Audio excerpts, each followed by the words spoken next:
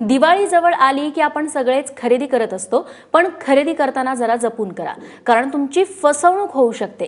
असेच फसवणूक करणारे काही दुकानदार माझ्याच्या कॅमेऱ्यात कैद झालेत। कसे ते पाहूयात।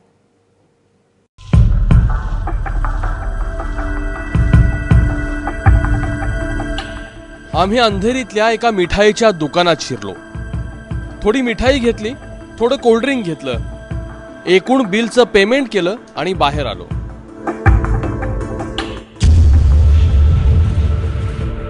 काही वेळाने आम्ही त्याच दुकानात परतलो, पण थेट वैध मापनशास्त्र विभागाच्या अधिकाऱ्यांसह, आणि समोर आला गोलमाल। पाऊण किलोच्या मिठाईत 25 ग्रॅमची तूट होती।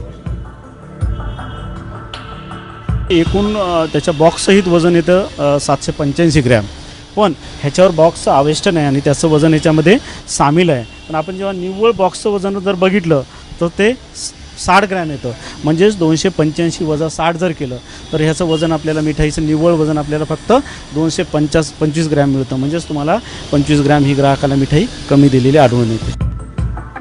बरं, मापात तर पाप होतच, पण MRP मध्येही पाप होतं। प्रत्येक बॉटलवर किमान 6 ते 8 रुपयांची लूट।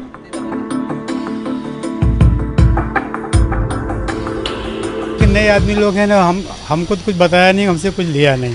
वहाँ काउंटर लोग क्या लिख के दिए, हमको कुछ भी नहीं मालूम क्या लिया आपने। सवाल आता है गलती किया है, मैं एक्सेप्ट करता हूँ आदमी ने गलती किया है, वो बात सही है आपकी।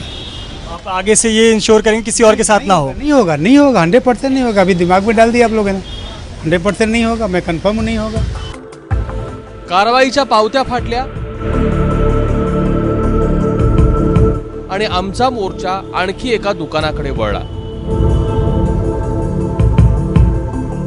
हे तर सरकारमान्य रेशन दुकान होतं।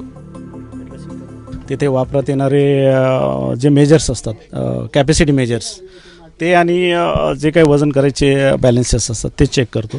तर आम्ही वजन हे मेजर्स चेक केल्यानंतर आम्हाला असे 2 मापन आढळले की ज्यावर आमचा जो दरवर्षी फेरपडताळणी व मुद्रांकन केलेला शिक्का असतो, ज्यावरून कळतं की हे माप व्हेरीफाईड आहे किंवा नाही किंवा काय, हे ग्राहकासाठी मेन आहे, ते आढळून आलेले नाहीत। इथे दोन्हीवर म्हणजे शिक्के आढळून आलेले नाहीत।